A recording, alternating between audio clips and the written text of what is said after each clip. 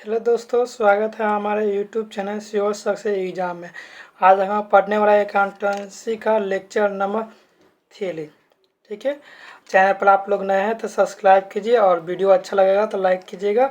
और कोई भी सजेशन देना हो या कोई भी डाउट पूछना हो तो कमेंट बॉक्स में ज़रूर आप लोग डाउट अपना लिखा कीजिए। चलिए हम लोग क्वेश्चन को स्टार्ट करते हैं।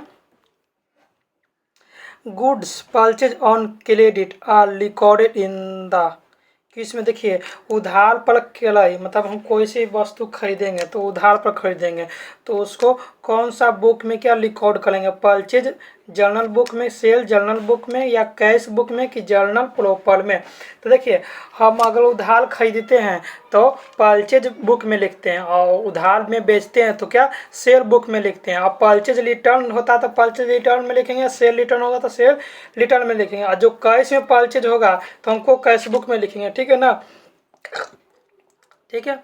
चलिए इसका आंसर क्या होगा, देखिए परचेज में क्या गुड्स को परचेज कर रहा है, किसमें क्रेडिट में कर रहा है, तो क्या होगा यहाँ परचेज बुक हो गया। यहाँ फर्स्ट नंबर क्या होगा, फर्स्ट का आंसर ए होगा। ठीक है, देखिए हम इस वीडियो में क्या क्या पढ़ने वाले हैं। हम लोग इसमें हम परचेज बुक, सेल बुक पढ़ने वाले हैं, फिर इसके बाद BRS मतलब बैंक लिकोनाइज स्टेटमेंट पढ़ने वाले हैं, फिर ट्रायल बैलेंस पढ़ने वाले हैं, फिर डिस्प्रिसिएशन पढ़ने वाले हैं, और बैलेंस शीट पढ़ने वाले हैं। ठीक है ना, आप लोगों को वीडियो कैसा अच्छा लग रहा है उसको आप लोग कमेंट बॉक्स में आप ज़रूर दीजिएगा। ठीक है, और इसका PDF और नोट्स आपको टेलीग्राम पे मिलेगा। तो देखिए आप लोगों को हम बताए थे कि 1000 सब्सक्राइब मेरा होने के बाद आपको टेलीग्राम ग्रुप बन जाएगा। तो देखिए मेरे पास कितना अभी सब्सक्राइब हुआ, 2200 सब्सक्राइब हो चुका है। आप लोग बहुत सपोर्ट किए, इसके लिए बहुत थैंक्स। अब 800 सब्सक्राइब अब हो जाने के बाद हम टेलीग्राम चैनल बनाएंगे, तो उस पर आपको वीडियो का लेक्चर और उसका PDF और नोट्स आपको प्रॉपर उसमें मिल जाएगा। ठीक है, तो इसलिए आप अपने दोस्तों को शेयर कीजिए, और अपने चैनल पर नए हैं तो क्या कीजिए, सब्सक्राइब कीजिए।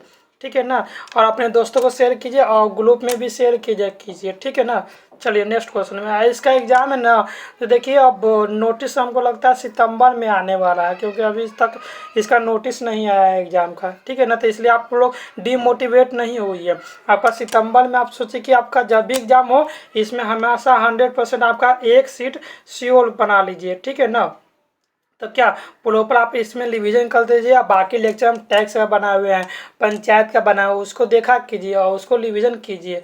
फिर इसके बाद अकाउंट खत्म होगा, उसके बाद हम क्या लाएंगे, टैली का लाएंगे। ठीक है ना, चलिए नेक्स्ट क्वेश्चन में आते हैं हम लोग। देखिए the periodic total of sale return is posted to, मतलब विक्रय वापसी योजना मचे का आवधिक योग खाते में प्रविष्ट किया जाता है। तो इसका क्या आंसर होगा, देखिए हम बता रहे क्या कि परचेज रिटर्न का एंट्री करेंगे, परचेज रिटर्न में सेल का एंट्री करेंगे जो क्रेडिट में होगा था सेल में करेंगे, और परचेज क्रेडिट में होगा तो परचेज में कर देते। सेल अकाउंट नहीं होगा, सेल अकाउंट, गुड्स अकाउंट भी नहीं होगा, परचेज रिटर्न भी नहीं होगा, क्योंकि यहाँ पे क्या है, सेल रिटर्न है। तो इसका ऑप्शन क्या होगा, ऑप्शन नंबर डी होगा। ठीक है, देखिए the periodic total of purchase return, देखिए परचेज रिटर्न का क्या बताया, परचेज रिटर्न में होगा, तो इसलिए इसका आंसर क्या होगा, इसका आंसर सी ऑप्शन होगा। ठीक है ना, परचेज रिटर्न बुक में करेंगे। ठीक है ना, और लेकिन कैश में लगेगा ना तो हम कैश बुक में एंट्री करेंगे। ठीक है, चलिए purchase book is used to record, purchase book क्या होता है, परचेज बुक में किसको रिकॉर्ड, ऑल परचेज गुड्स को रिकॉर्ड करेंगे, कि ऑल क्रेडिट परचेज को, कि all credit purchase of goods को, कि all credit purchase of asset other than goods. तो इसमें देखिए ये भी नहीं होगा, ये ऑप्शन नहीं होगा, बी ऑप्शन भी नहीं होगा, डी ऑप्शन नहीं होगा। देखिए जितना भी क्रेडिट परचेज होगा, जो क्या गुड्स जो परचेज होगा उसको एंट्री करेंगे, तब फोर का क्या होगा, फोर का सी हो जाएगा। ठीक है, चलिए 5 नंबर में sale book uses to record, sale book record कर सकते हैं ऑल सेल ऑफ गुड्स की, ऑल क्रेडिट सेल की, all credit sale of asset other than goods की, all credit sale of goods. तो बताइए इसका आंसर अभी हम बताए हैं, इसका आंसर क्या होगा बताइए। अब वीडियो अच्छा लगा तो आप लोग क्या कीजिए, लाइक कीजिए, कमेंट कीजिए, और चैनल पर नए तो सब्सक्राइब जरूर से जरूर कीजिए। ठीक है ना, इसका आंसर बताइए, और कॉलम और कॉपी लेकर बैठिए, जो हम इम्पोर्टेंट जो बता रहे हैं उसको आप नोट डाउन भी कीजिए। ठीक है ना, ऐसा आपको नोट्स मिलेगा ही मिलेगा ज़रूर।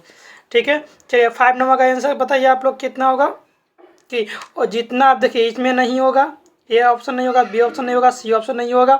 All credit sale of goods, जितना भी क्रेडिट सेल होगा किसके लिए, गुड्स के लिए, वो क्या होगा, सेल बुक में ही जाएगा। क्या होगा 5 का डी ऑप्शन हो जाएगा। ठीक है।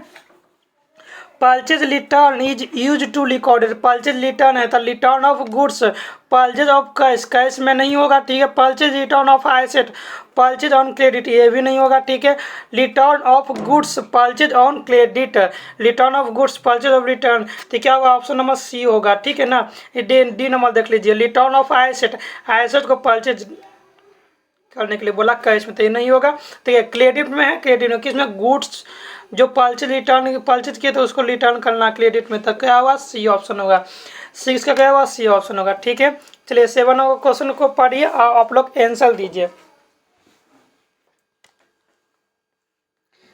क्या होगा, देखिए सेल रिटर्न क्या है, आप लोग देखिए सेल रिटर्न, बस book is uses to record, sale return book है जो किस में यूज करते हैं। देखिए रिटर्न क्या क्या लिखा हुआ, return of fix asset on credit, ये एसेट नहीं होगा, गुड्स होता है। ठीक है। Return of goods sold full cash, cash में कभी बात नहीं होगा। ठीक है। Return of goods sold on credit, return of fix asset, fix asset नहीं होगा, तो इसका ऑप्शन क्या होगा, सी ऑप्शन होगा। 7 का क्या होगा, सी ऑप्शन होगा। ठीक है। चलिए 8 नंबर आइए, journal proper is use to record, देखिए जर्नल प्रॉपर क्या होता है, देखिए सेल बुक में सेल का एंट्री करेंगे जो क्रेडिट में होगा, परचेज बुक में जो परचेज रिटर्न का परचेज का एंट्री करेंगे जो क्रेडिट में होगा, सेल रिटर्न में क्या होगा, जो सेल क्रेडिट में होगा सेल रिटर्न उसको करेंगे, और परचेज रिटर्न में क्या होगा, जो परचेज रिटर्न होगा क्रेडिट में उसको करेंगे, और बाकी जो बच जाएगा ऐसा एंट्री कोई बच जाएगा तो उसको हम जर्नल प्रॉपर में एंट्री करेंगे। तो देखिए cash, purchase of cash other than goods, तो क्या होगा इसका, ये ऑप्शन नहीं होगा। ठीक है। बी ऑप्शन आइए, बी ऑप्शन में cash cell of asset other than goods, ये भी नहीं होगा। ठीक है। Return of fix asset purchase on credit, देखिए और फिर उसके बाद recover of an amount already बिडन the bad debts, तो बैड डेब्ट्स का भी नहीं होगा। तो देखिए रिटर्न ऑफ फिक्स एसेट जो रिटर्न होगा उस परचेज में किसमें, क्रेडिट में, तो उसको हम जर्नल प्रॉपर में लिखेंगे। ठीक है। इसका नंबर क्या लिखेंगे, इसका नंबर सी होगा। 8 का क्या होगा, सी होगा। ठीक है ना। चलिए नेक्स्ट क्वेश्चन में आते हैं। चलिए ये भी क्वेश्चन इजी आप लोग पढ़िए और बताइए, which of the following is not a book of original entry, कौन बुक ऑफ ओरिजिनल एंट्री नहीं है, journal, ledger, cash book, the bill receivable book, the bill receivable book, बताइए इसका 9 का आंसर क्या होगा। देखिए ओरिजिनल बुक क्या होता है, जर्नल होता है, कौन नहीं है, तो कौन नहीं है क्या, इसका ऑप्शन क्या बी होगा। लेजर क्या है, सब्सिडियरी बुक है ना। चलिए 9 का क्या होगा, 9 का बी होगा। ठीक है। इसका बताइए, which of the following is a book of original entry and also part of ledger, मतलब ओरिजिनल इंटली है और लेजर का भी पार्ट है। देखिए ओरिजिनल बुक ऑफ इंटली है, फिर पार्ट ऑफ लेजर, लेजर का भी पार्ट है, journal, cash book, journal proper की सेल बुक, तो बताइए 10 का क्या होगा। देखिए देखिए जर्नल तो क्या होगा, ये ओरिजिनल पास्ट बुक है लेकिन लेजर का पास्ट नहीं है। ठीक है। अब देखिए इसका ऑप्शन क्या होगा, ऑप्शन नंबर बी होगा, कैश बुक। कैश बुक क्या है, जर्नल का भी पार्ट है, बड़ा लेजर का भी पार्ट है और जर्नल का भी पार्ट है कैश बुक। ठीक है ना। चलिए नेक्स्ट क्वेश्चन में आते हैं, closing entry all recorded in the flowing, closing entry होता है जो किस में रिकॉर्ड किया जाता है, कैश बुक में कि लेजर में कि जर्नल प्रॉपर की बैलेंस शीट में, तो 11 का बताइए, 11 का क्या होगा, जर्नल प्रॉपर में होगा क्लोजिंग एंट्री। चलिए 11 नंबर का क्या आंसर होगा, 11 नंबर का सी ऑप्शन हो जाएगा। ठीक है। चलिए कोई डाउट हो तो कमेंट बॉक्स में आप जरूर से कमेंट कीजिए। ठीक है ना। चलिए नेक्स्ट क्वेश्चन में आते हैं हम लोग, which of the following is recorded in the journal proper, देखिए trade discount allow, trade discount receive की कैश डिस्काउंट अलाउ की ओपनिंग एंट्री, मतलब जर्नल प्रॉपर में क्या कर सकते हैं, किसको एंट्री कर सकते हैं। तो देखिए क्या होगा 12 नंबर का, आप लोग को बताइए। देखिए ट्रेड डिस्काउंट का एंट्री नहीं कर सकते हैं, आप लोग बताया था ट्रेड डिस्काउंट और कैश डिस्काउंट। ट्रेड डिस्काउंट का एंट्री हम नहीं करते, क्या करते हैं, सिर्फ कैलकुलेशन करते हैं, ठीक है। ट्रेड डिस्काउंट रिसीव इसका भी नहीं हो जाएगा, ठीक है।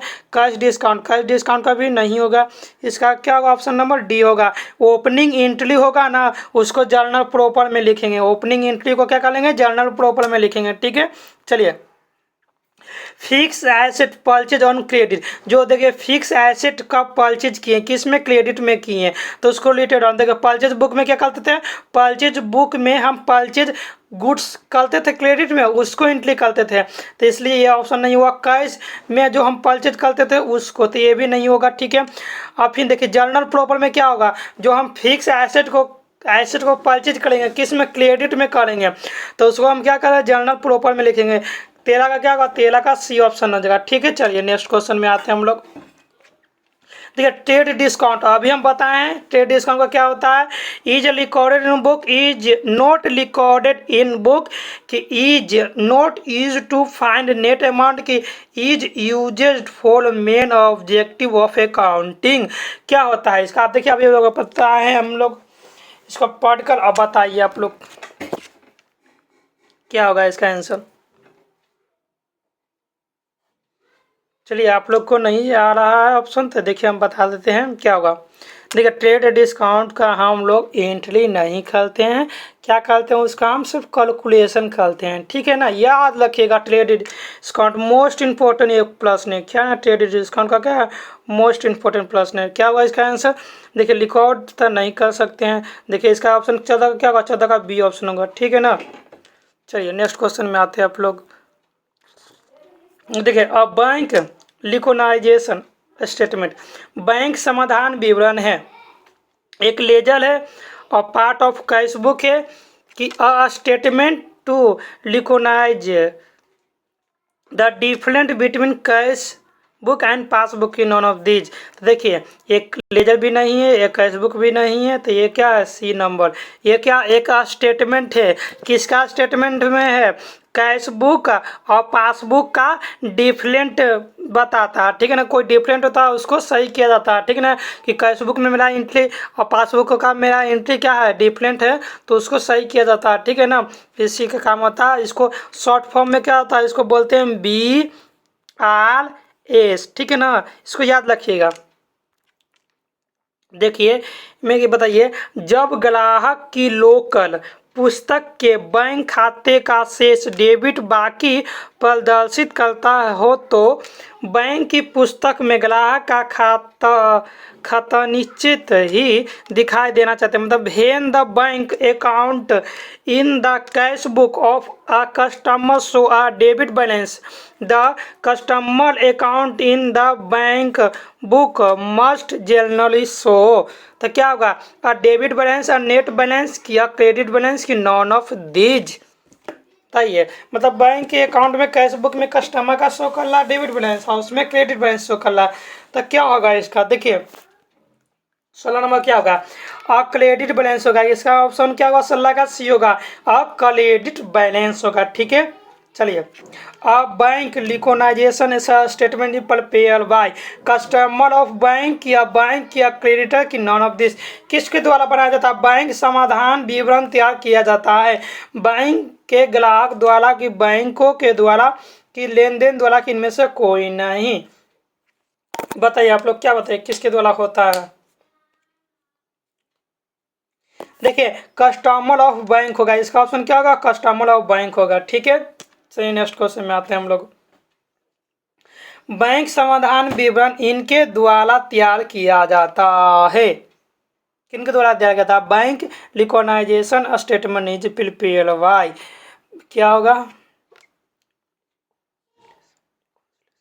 बिजनेसमैन बैंक हो गया, डेप्टर्स का। बताइए अभी हम लोग बताए थे पिछले क्वेश्चन में, आप इस लोगों को बताइए इसका आंसर क्या होगा। आप लोगों को वीडियो अच्छा लग रहा तो लाइक कीजिए और कमेंट कीजिए, और कोई सा भी डाउट है तो आप लोग कमेंट जरूर कीजिए, और वीडियो में नया है तो आप लोग सब्सक्राइब जरूर कीजिए और अपने दोस्तों को शेयर कीजिए और ग्रुप में शेयर कीजिए, ठीक है ना, ताकि हम टेलीग्राम चैनल बना सके और आप लोग के लिए PDF और नोट्स प्रोपर आपको टेलीग्राम चैनल पर आपको प्रोवाइड कर दिया जाएगा, ठीक है ना। चलिए इसका आंसर बताइए आप लोग। देखिए अभी जस्ट इसका बताए थे, तो देखिए बिजनेसमैन क्या होता है, कस्टमर ऑफ बैंक होता है ना। तो 18 क्या होगा, 18 का ए ऑप्शन होगा, ठीक है ना। चलिए नेक्स्ट क्वेश्चन में आते हैं हम लोग। Favourable balance of a cash book, लोकल बही के अनुसार अनुकूल शेष का अर्थ है क्या। Balance of cash book means क्या होता है, debit balance per cash book की डेबिट बैलेंस ऑफ पासबुक की credit balance as per cash book की नॉन ऑफ दीज होगा। आप लोग बताइए इसका आंसर क्या होगा। तो इसका ऑप्शन होगा ए ऑप्शन होगा, क्या होगा कि debit balance as per cash book, ठीक है ना। इसका ऑप्शन क्या होगा, ए ऑप्शन होगा। याद रखिएगा ये क्वेश्चन इंपॉर्टेंट क्वेश्चन है। चलिए passbook is a copy of, passbook किसका कॉपी है, a customer account in the bank book, cash book related to a bank column की form receipt and payment account. तो बताइए पासबुक किसका कॉपी है। तो देखिए a customer account in the bank book, किसका आंसर क्या होगा, 20 का ऑप्शन ए हो जाएगा। किसका कॉपी है, बैंक की बहियों में ग्राहक के खाते की क्या फोटो कॉपी है पासबुक का, ठीक है। चलिए देखिए तलपट, तलपट को ट्रायल बैलेंस भी बोलते हैं। तलपट क्या है, personal account, real account, nominal account की शेड्यूल ऑफ बैलेंस है। बताइए तलपट क्या होता है। देखिए तलपट इसको बोलते हैं ट्रायल बैलेंस। ट्रायल बैलेंस क्या होता है, देखिए ट्रायल बैलेंस होता है कि हम लोग एंट्री करते हैं, लेन देन को अशुद्धियों को जांच करने के लिए बनाया जाता है, ठीक है ना। जो अशुद्धि होता है, देखिए तलपट कैश बैलेंस क्या होता है, और trial balance of summary of ledger, ledger का समरी होता है, ठीक है ना। इसमें गणितीय अशुद्धियों होता है, अंगणितीय अशुद्धियों को जांच किया जाता है, ठीक है ना। देखिए तो इसका क्या होगा, 21 number real account, personal account, nominal account की शेड्यूल ऑफ बैलेंस होगा। तो 21 का आंसर क्या होगा, 21 का देखिए ये कोई सा भी अकाउंट नहीं है, क्या है शेड्यूल ऑफ बैलेंस है, बैलेंस का ये शेड्यूल होता है, क्या है तलपट। याद रखिएगा ट्रायल बैलेंस क्या है, शेड्यूल ऑफ बैंक है। मोस्ट इंपोर्टेंट क्वेश्चन है, ठीक है ना। चलिए नेक्स्ट क्वेश्चन में आते हैं हम लोग। Agreement of trial balance indicate, indicate मतलब ट्रायल बैलेंस का एग्रीमेंट क्या इंडिकेट करता है, एक्यूरेसी ऑफ बुक कीपिंग, बही खाते की शुद्धता को क्या करता है कि अर्थमेटिक एक्यूरेसी ऑफ बुक का, पुस्तक की अंगणितीय शुद्धता की proper maintain of book of accounting. तो अभी क्या कहते हैं अंगणितीय अशुद्धियों को जांचता है। तो क्या होगा इसका 22 नंबर क्या आंसर, 22 का बी होगा, ठीक है ना। ट्रायल बैलेंस क्या करता है कि अर्थमेटिक जो अंगणितीय शुद्धता होता है, अशुद्धि होता है, उसको जांच करता है, ठीक है। चलिए 23 क्वेश्चन आते हैं। Errors of omission affect the agreement of the, छूट जाने वाली अशुद्धियाँ मिलान को प्रभावित करती हैं। किसको प्रभावित करती है, बैलेंस शीट को कि ट्रायल बैलेंस को कि नाइडल ऑफ दो, इनमें से दोनों में से कोई नहीं। तो देखिए क्या होगा इसमें ऑप्शन नंबर बी होगा, ठीक है ना। अशुद्धियों को जांच किया जाता है ट्रायल बैलेंस में, ठीक है। चलिए 4 नंबर क्वेश्चन आइए। क्षतिपूर्वक अशुद्धियाँ मिलान को प्रभावित करती है, क्या प्रभावित करती है किसको, ट्रायल बैलेंस को प्रभावित करती है, बैलेंस शीट को नहीं, और इनमें से दोनों भी नहीं होगा। तो क्या होगा ऑप्शन नंबर क्या होगा, ऑप्शन नंबर ए होगा ट्रायल बैलेंस, ठीक है। निम्नलिखित में से सही उत्तर का चुनाव कीजिए। Trial balance in as account की balance sheet has debit and credit balance, ठीक है। फिर trial balance is prepared to known the arithmetic accuracy of account की amount paid for repairing of building is recorded in building account। तो क्या होगा, सी होगा। क्यों होगा, तलपट खाते की अंगणित शुद्धता जानने के लिए बनाया जाता है कि अर्थमेटिक एक्यूरेसी ऑफ अकाउंट को जांचने के लिए बनाया जाता है, ठीक है, जानने के लिए बनाया जाता है ट्रायल बैलेंस, ठीक है। चलिए खतौनी क्या है, खतौनी मतलब while posting on 10 is missing which error is called. मतलब खतौनी करने के कलम में खतौनी करने के समय एक शून्य छूटने को किस प्रकार की अशुद्धि कही जाएगी। भूल मतलब error of omission, error of commission की कंपनसेशन ईरर, क्षतिपूर्ति का ईरर की ईरर ऑफ प्रिंसिपल। तो ये क्या होगा, ये होगा 26 का ऑप्शन क्या होगा, 26 का ए होगा। भूल की अशुद्धियाँ ईरर ऑफ ओमिशन हो जाएगा, ठीक है ना। चलिए, in case of non agreement of trial balance the amount is temporarily put to debtor account, creditor account, suspense account की स्टॉक अकाउंट। देखिए, तलपट के ना मिलने पर राशि को अस्थायी रूप से रखा था। देखिए, हम ट्रायल बैलेंस बनाए, ट्रायल बैलेंस में डेबिट और क्रेडिट साइड नहीं मिला तो क्या हम बनाते हैं, एक सस्पेंस अकाउंट बनाते हैं। 27 का क्या होगा, 27 का सी होगा। ये याद लगेगा, मोस्ट इंपॉर्टेंट है कि ट्रायल बैलेंस को नहीं मिलने पर क्या बनाते हैं, सस्पेंस अकाउंट बनाते हैं, ठीक है ना। चलिए, rectification through suspense account is done. भूल चूक खाता द्वारा सुधार किया जाता है जब खातों का शेष निकल जाता है तो गलती है। अभी क्या बताते हैं कि क्या बताते हैं, अभी तलपट में क्या बताते हैं कि वो दोनों को नहीं मिलने पर तलपट के बनाने के पूर्व की तलपट बना लेने के बाद की अंतिम खाते को बनाने के बाद। तो देखिए क्या होगा इसका 28 का क्या होगा, after the trial balance has been prepared. तलपट बना लेने के बाद हम जब अमाउंट डेबिट और क्रेडिट नहीं मिलता, सेम नहीं आता, तो हम सस्पेंस अकाउंट को बनाते हैं, सस्पेंस अकाउंट लिखते हैं उसमें, ठीक है ना। चलिए, अब आइए, rectification after preparation of final account is done in profit and loss account की in profit and loss adjustment account की in profit and loss of preparation account कि नॉन ऑफ दीज। क्या होगा इसका, अंतिम खाते के निर्माण के बाद नाम मात्र खाते से संबंधित अशुद्धियाँ का सुधार किया जाता है। लाभ हानि खाते, लाभ हानि नियोजन खाते, लाभ हानि समायोजन खाते कि इनमें से कोई नहीं। आप लोग बताइए, इसका कमेंट बॉक्स में आंसर दीजिए। 29 का क्या होगा, 29 का बी ऑप्शन होगा, लाभ हानि नियोजन खाता इन profit and loss adjustment account, ठीक है। Balance when trial balance is not matched which account is open. देखिए, मैच नहीं करता तो क्या अकाउंट करते हैं, ट्रेडिंग अकाउंट नहीं, प्रॉफिट एंड लॉस अकाउंट नहीं, इनमें से कोई नहीं, सस्पेंस अकाउंट। बताया ना कि मैच नहीं कर रहा तो क्या करना है, सस्पेंस अकाउंट करना है। जब तलपट का योग नहीं मिलता है तब क्या करते हैं, सस्पेंस अकाउंट खुला जाता है, ठीक है। चलिए, क्या लिखा हुआ, देखिए, debiting account instant B account is error of. मतलब बी के खाता की जगह अ के खाते को डेबिट करना किस प्रकार की गलती है, भूल चूक की लेखा संबंधित की सिद्धांत की, इनमें से कोई नहीं, omission commission principal none of these. बताइए, अभी आप लोगों को बताया था क्या होगा इसका आंसर। देखिए, ए के खाते की जगह पर हम बी के खाते में डेबिट कर दी, इस प्रकार की गलती को बोलते हैं कमीशन, बोलते हैं क्या बोलते हैं, कमीशन। 31 का क्या होगा, 31 का बी ऑप्शन हो जाएगा, ठीक है। चलिए, नेक्स्ट क्वेश्चन में आते हैं हम लोग। देखिए, राम को 500 की बिजली की खतौनी उसके खाते में 50 से की गई, जिससे प्रभावित होगा sale to Ram 500 posted to his account as 50 would affected sale account Ram accounts cash account की नॉन ऑफ दीज होगा। बताइए, आप लोग इसका आंसर बताइए, आप लोग बता सकते हैं।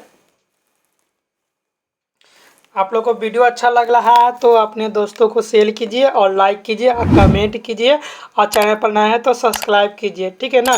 क्योंकि 200 सब्सक्राइब हो चुका है, 800 सब्सक्राइब बचा हुआ है।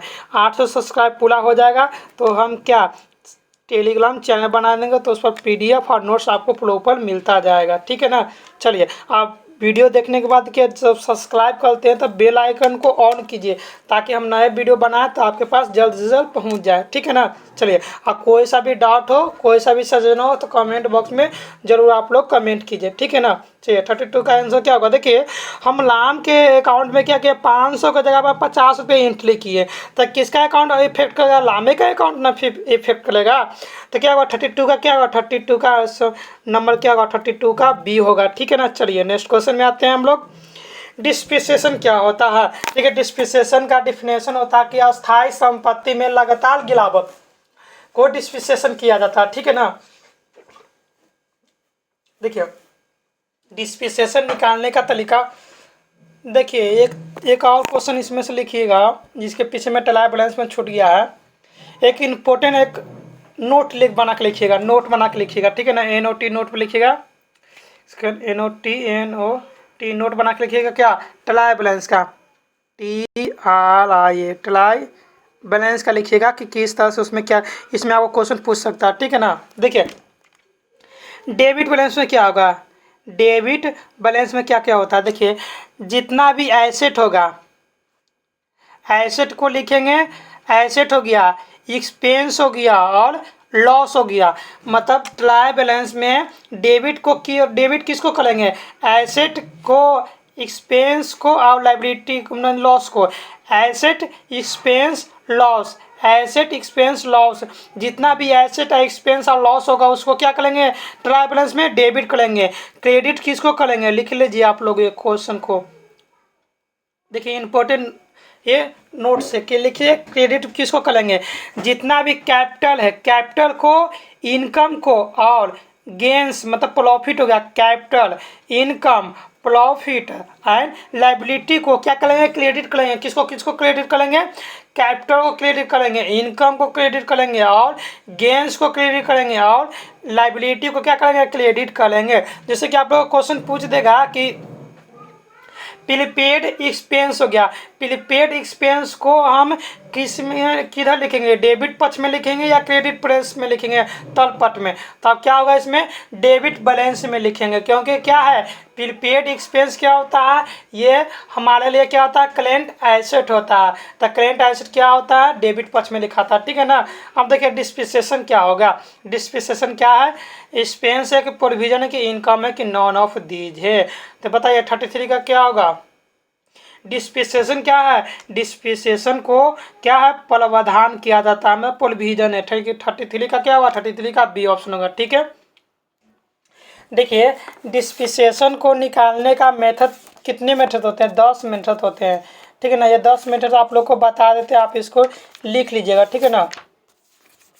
क्योंकि ऑप्शन में आपको पूछ सकता है कि डिस्प्रिसिएशन का मेथड बताइए, ऑप्शन में क्या कौन सा नहीं है, देखिए टोटल मेथड लिखिएगा, पहला लिखिएगा फिक्स इंस्टॉलमेंट मेथड, इसको स्ट्रेट लाइन मेथड भी बोलते हैं, ठीक है ना। फर्स्ट में लिखिए फिक्स्ड इंस्टॉलमेंट मेथड, इसको स्ट्रेट लाइन मेथड भी बोलते हैं, ठीक है।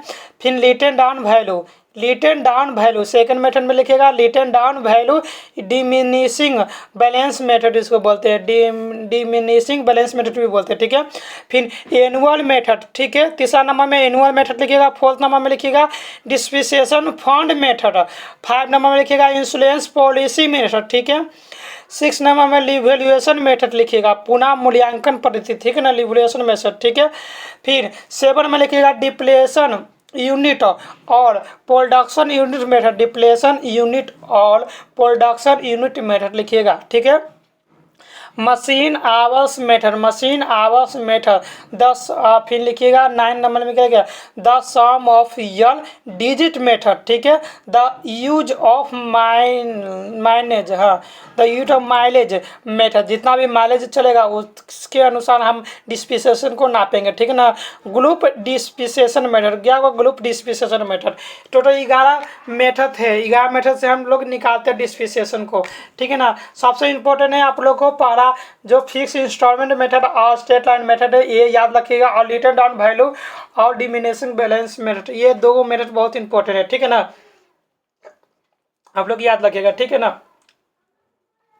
ठीक है, एक डिस्प्रिसिएशन का फॉर्मूला लिखिएगा, क्या लिखिएगा, कॉस्ट डिस्प्रिसिएशन बराबर लिखिएगा cost of asset minus scrap value, cost of asset minus scrap value बट्टा में लिखिएगा estimate use of life of asset, मतलब कॉस्ट ऑफ एसेट जितना कॉस्ट है जो और उसका स्क्रैप वैल्यू माइनस कर लेंगे, अब बट्टा में कितना साल उसका यूज किया गया, लाइफ का कितना साल यूज है, तो उसको हम नीचे लिखेंगे और भागा देंगे तो क्या होगा, डिस्प्रिसिएशन निकलेगा। ठीक है ना, ये फॉर्मूला आपको पूछता है। ठीक है ना, एक और लिखिएगा डिस्प्रिसिएशन कॉस्ट ऑफ एसेट गुना लेट गुना नंबर ऑफ मंथ बटा में 100 गुना का 12।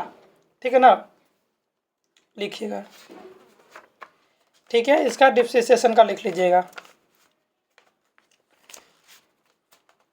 चलिए अब इसमें जितना क्वेश्चन है आप लोग को शायद सॉल्व हो जाएगा। चलिए अब क्वेश्चन में आते हैं हम लोग। देखिए यहाँ पे लिखा हुआ depreciation according to straight line method is calculate. देखिए अभी बताया था कि ये स्पोर्ट एंड स्ट्रेट लाइन, इसको फिक्स इंस्टॉलमेंट मेथड भी बोलते हैं। स्ट्रेट लाइन मेथड में कैलकुलेट किया जाता, किस पर किया जाता, ओपनिंग बैलेंस क्लोजिंग बैलेंस की ओरिजिनल कॉस्ट की मार्केट प्राइस पे किया जाता है। तो देखिए 34 का ऑप्शन क्या होगा, 34 का ऑप्शन होगा सी, जो ओरिजिनल कॉस्ट होगा उस पर हम डिप्रिसिएशन लगाते हैं। ठीक है ना, रिटन डाउन वैल्यू अभी बताए थे, रिटन डाउन वैल्यू में जो वैल्यू जो रिटन डाउन मतलब जो जैसे डिप्रिसिएशन फर्स्ट में जो कॉस्ट होगा जो, फिर सेकंड में जो डिप्रिसिएशन घटाएंगे ना उसके बाद उस पर निकालेंगे, वो हो गया लास्ट, मतलब क्लोजिंग बैलेंस पर हम निकालते हैं। ठीक है ना, ये क्या ओरिजिनल कॉस्ट पर निकालते हैं। ठीक है, written down straight line method. ठीक है ना, ये इसको याद रखिएगा। चलिए नेक्स्ट क्वेश्चन में आते हैं हम लोग। देखिए लिखा हुआ according to diminishing balance method is depreciation. देखिए आप लोग को पता थे घटते हुए शेष विधि से ह्रास, सेकंड नंबर बताए थे हम। ठीक है ना, रिटन डाउन वैल्यू, ये रिटन डाउन वैल्यू पर निकालेगा depreciation method, diminishing balance method. ठीक है ना, ये क्या होगा, ऑप्शन नंबर बी होगा। 35 का क्या होगा, 35 का ऑप्शन नंबर क्या होगा, बी होगा। ठीक है ना, याद रखिएगा।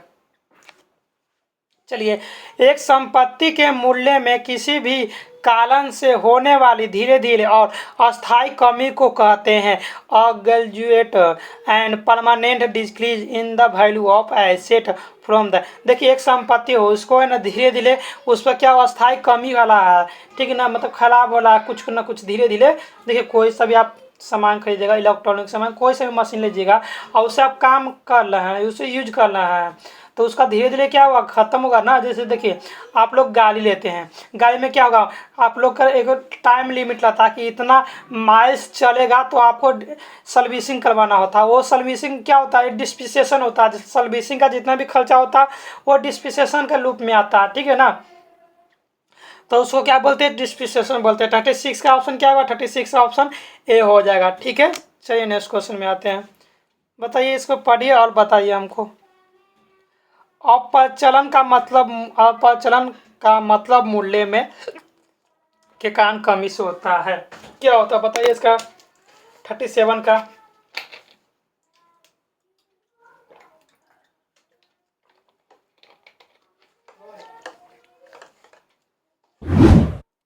देखिए 37 का क्या होगा, परमानेंट फॉर इन मार्केट की वियर एंड टियर, भौतिक टूट फूट की पेसेज ऑफ इक्विफिक्शन ऑफ टाइमिंग की न्यू इन्वेंशन। अपचलन मतलब कि देखिए पहले क्या था, पहले कीपैड फ़ोन आता था, अब स्मार्टफोन आ गया था। देखिए कीपैड फ़ोन का अपचलन कम हो गया ना कम। 37 का क्या होगा, 37 का डी ऑप्शन होगा। ठीक है ना, कि नया नया चीज़ बनेगा और जितना भी पुराना चीज़ है वो खत्म होगा। देखिए पहले रेडियो चलाता था, अब रेडियो कहाँ चलता, कहीं नहीं रेडियो। 38 का क्वेश्चन हम लोग देखते हैं। मशीन पर हलास तिथि से शुरू हो जाती है। देखिए dispenser on machine start from purchase in it is a put off use it in storage की। देखिए हम कोई सा भी मशीन खरीदें, ठीक है, उसको हम यूज करेंगे, उसके उस तिथि से क्या होगा, शुरू हो जाएगा डिस्पेंसेशन उसका। जब उसका यूज करेंगे तब ना, ऐसे खरीद के रख दिए उस पर डिस्पेंसेशन क्या हुआ, कुछ नहीं हुआ। उसका यूज करेंगे उसके बाद ही ना उस पर जो खर्च होगा, जिस डिस्पेंसेशन होगा। ठीक है, 38 का क्या हुआ, 38 का ऑप्शन नंबर बी ऑप्शन हो जाएगा। ठीक है, चलिए प्रोविजन क्या होता है, एक्सटर्नल ट्रांजैक्शन होता है, इंटरनल ट्रांजैक्शन होता है, कि नॉन ऑफ दीज होगा। बताइए आप लोग, बाहर लेन देन कि आंतरिक लेन देन, किन में से कोई नहीं। प्रोविजन क्या होता है, देखिए प्रोविजन होता है जैसे कि कोई कम बिजनेस हो गया, बिजनेस में जैसे कि कोई भी वस्तु को हम ले जा रहे हैं, या बिजनेस में देखिए कोई भी वस्तु का निर्माण हो गया, किसी आग से नष्ट हो गया, या कोई सा भी चोरी हो गया, तो क्या हुआ, इंश्योरेंस थे, ठीक है। नहीं तो हम प्रोविजन बना कर सकते हैं। एक समय क्या होगा कि एक समय लॉस हो गया, तो लॉस को किस तरह से मैनेज करेंगे, हम प्रोविजन प्रावधान बनाते हैं कि इतना हम प्रावधान बना के रखते हैं कि अगर लॉस होगा तो उसमें क्या करेंगे, मैनेज कर किया जा सकता है, ठीक है ना। तो इसका 39 का क्या ऑप्शन होगा, 39 का बी होगा, इंटरनल ट्रांजैक्शन होता है। प्रोविजन क्या होता है, इंटरनल ट्रांजैक्शन होता है, ना कि एक्सटर्नल ट्रांजैक्शन होता है, ठीक है ना, इसको याद रखिएगा। पूछेगा प्रोविजन क्या होता है, इंटरनल ट्रांजैक्शन होता है, ठीक है ना। चलिए अब आइए, प्रोविजन इज क्या है, प्रोविजन क्या, and appropriation out of profit की चेंज अगेंस्ट प्रॉफिट की नॉन ऑफ दीज। अभी बताया था कि कभी लॉस हो गया तो प्रावधान किया जाता है, ठीक है ना, उसके लिए किया जाता है, और कोई सा भी हानि को पूर्ति करने के लिए प्रावधान किया जाता है। तब 40 नंबर का ऑप्शन क्या हुआ कि चेंज अगेंस्ट प्रॉफिट। अगर प्रॉफिट चेंज हो गया, मतलब प्रॉफिट की जगह पर लॉस हो गया, तो उसके लिए हम प्रावधान करते हैं, ठीक है ना। इससे पहले से क्या कर लगते हैं कि जब लॉस होगा तो कोई दिक्कत नहीं होगा, ठीक है ना, उसको मैनेज किया जाता है, ठीक है। अब देखिए, reserve arising from capital receipt are known as capital reserve की रिजर्व फंड की नॉन ऑफ दीज होगा। पूंजीगत प्राप्ति से बने संचय को कहा जाता है, क्या कहता है, कैपिटल रिजर्व कहा जाता है, क्या होता, कैपिटल रिजर्व, ठीक है ना। अब आइए, विशिष्ट संचय वह संचय है जिसका सृजन किया जाता है। Specific reserve is that reserve which is created for, क्या हुआ, स्पेसिफिक पर्पस की जनरल पर्पज की नॉन ऑफ दिस। देखिए स्पेसिफिक जहाँ लगा हुआ होगा तो स्पेसिफिक पर्पज का ही यूज किया जाता है। तो 42 का क्या होगा, 42 का ए ऑप्शन होगा, ठीक है ना। चलिए नेक्स्ट क्वेश्चन में हम लोग आते हैं। Creating capital expenditure as a revenue expenditure result in creation of देखिए, पूंजीगत व्यय को आयगत व्यय की तरह प्रविष्ट करने पर पड़ जाता क्या, कैपिटल रिजर्व, रेवेन्यू रिजर्व की सीक्रेट रिजर्व की जनरल रिजर्व। 43 का बताइए आप लोग क्या होगा, देखिए इसका बताइए। एक सीक्रेट रिजर्व होता है, गुप्त संचय होता है, संचय ये सिर्फ किसको पता होता है, ये ऑनर को ही पता होता है, अब मैनेजर होता है ना उसी को पता होता है, और किसी को भी नहीं पता होता है, ठीक है ना। चलिए, one who draw the bill और बिल इज कॉल्ड, जो बिल लिखता है उसे क्या कहते हैं। देखिए ये क्या क्वेश्चन आएगा, बिल जो लिखता है उसको क्या कहते हैं, ठीक है ना, डलॉवर या डलोई। देखिए जो बिल को लिखता है, ठीक है ना, जो हम क्रेडिट में कही क्या किए, क्रेडिट में हम कोई क्या, क्रेडिट में हम परचेज किए हैं, सेल किए हैं, तो देखिए कोई भी बिल हम लिखें तो हमको क्या कहेगा, ठीक है। देखिए डोलोवल किया जाता है, डोलोवल, ठीक है ना, डोलोई जो जिसको हम जिसके पास बिल लिख रहे हैं। देखिए यहाँ पे देखिए, मान लेते हैं मोहन हो गया और सोहन हो गया। मोहन ने बिल लिखा किसको, सोहन को, तो मोहन क्या होगा, डोलोवल हो गया, सोहन क्या होगा, डोलोई हो गया, ठीक है ना, मतलब लेखाधार हो गया, ये लेखक हो गया, ठीक है ना, बिल का, ये याद रखिएगा। अब देखिए, अब आया बेचान किए गए प्राप्त विपत्र को किस खाते में डेबिट किया जाता है, in endorsed bill received in debit to which account, debtor account, creditor account, bill receiver account की bill payer account. Most important question ये आप लोग जरूर लिखिएगा। तो क्या हुआ, क्रेडिटर अकाउंट में हम क्या करेंगे, डेबिट करेंगे, ठीक है ना। चलिए 46 में आते हैं हम लोग क्वेश्चन में। A bill of exchange is एक bill of exchange is draw by, मतलब विनिमय बिल किसके द्वारा लिखा जाता है, लेनदार द्वारा, देनदार द्वारा, इनमें से दोनों। तो बताइए 46 का क्या होगा।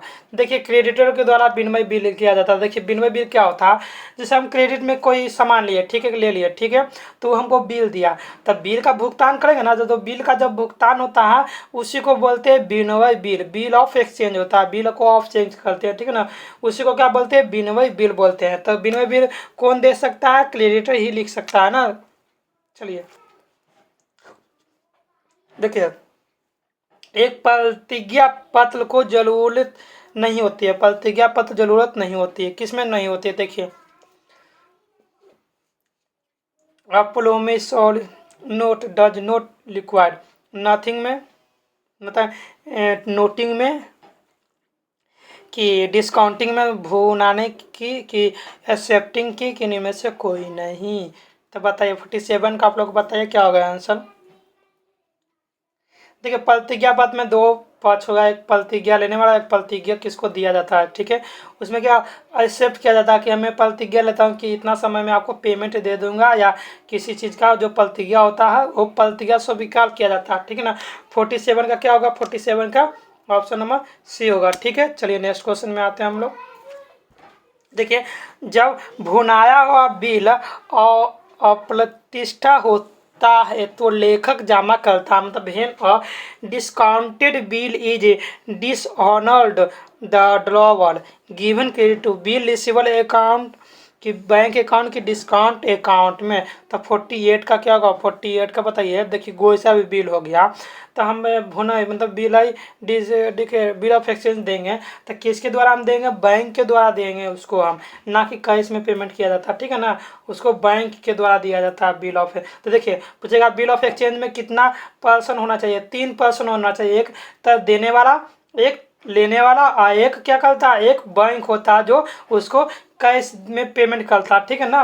बैंक में जो बैंक के द्वारा पेमेंट किया जाता है। देखिए बिल ऑफ एक्सचेंज, देखिए ए होगी, 3 को ऑप्शन, ए हो गया, बी हो गया, फिर एक क्या होता है? बैंक हो गया, एक क्या हो गया? बैंक हो गया, ठीक है ना। देखिए ए हो गया, बी को देगा, बी ले लिया, ठीक है। तो फिर क्या होता है? बी को क्या मिलता है? एक द्वारा एक्सचेंज ऑफ मिलता है, फिर इसको क्या करेगा? बैंक में जाकर इसको क्या करेगा? उसको एक्सचेंज करवाएगा, ठीक है। इसके में क्या होगा? इसमें बैंक अकाउंट होगा। 48 का क्या होगा? 48 का बी ऑप्शन हो जाएगा, ठीक है। चलिए 49 में आप लोग आइए। हाउ मेनी, देखिए अभी बताते हैं, how many day are allow I the of grace for payment of a bill, मतलब बिल के भुगतान के लिए कितने दिन रियायती दिन के रूप में दिए जाते हैं? 2 3 4 1, 2 3 4 1। तो बताइए। देखिए 3 दिन के लिए आप समय दिया जाता है, कितने टाइम के लिए? 3 दिन, याद रखिएगा, ठीक है ना। चलिए लास्ट क्वेश्चन आइए, हम लोग इसको सॉल्व करते हैं। How many party are there is due bill of exchange, bill of exchange में कितने पार्टी होती है? अभी जस्ट हम बताएं, आप लोग बताइए। 2 3 4 1, आप लोग बताइए, कमेंट बॉक्स में आप लोग जरूर बताइए, ठीक है ना। कितना इसका आंसर हो जाएगा, ठीक है। आप लोग बताइए। वीडियो को अच्छा लगा तो आप लोग क्या कीजिए? लाइक कीजिए, कमेंट कीजिए, और वीडियो में नया तो क्या कीजिए? सब्सक्राइब कीजिए, अपने दोस्तों को शेयर कीजिए, ठीक है ना। चलिए आप लोग बहुत सपोर्ट किए, और सपोर्ट थोड़ा कर लीजिए, ठीक है। इसका आंसर देखिए अभी बता रहे 3 3 होगा। कौन कौन होता है? एक तो बिल लिखने वाला, एक बिल को रिसीव करने वाला, उस बिल को क्या करेगा? बैंक में एक्सचेंज करेगा, ठीक है ना। तो कितना होगा? 3 हो जाएगा, ठीक है।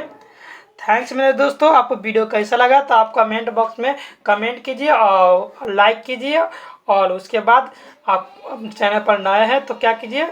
सब्सक्राइब कीजिए, और बेल आइकन को ऑन कीजिए, ताकि हम नया वीडियो बनाएं तो आपके पास जरूर से जरूर पहुंचे, ठीक है ना। अपने दोस्तों को शेयर कीजिए, क्योंकि 800 सब्सक्राइब और बचा हुआ, 800 सब्सक्राइब पूरा हो जाएगा, टोटल 1000 सब्सक्राइब पूरा हो जाएगा, तो उसके बाद आपको हम टेलीग्राम चैनल बना देंगे, तो PDF और नोट्स प्रॉपर मिलेगा।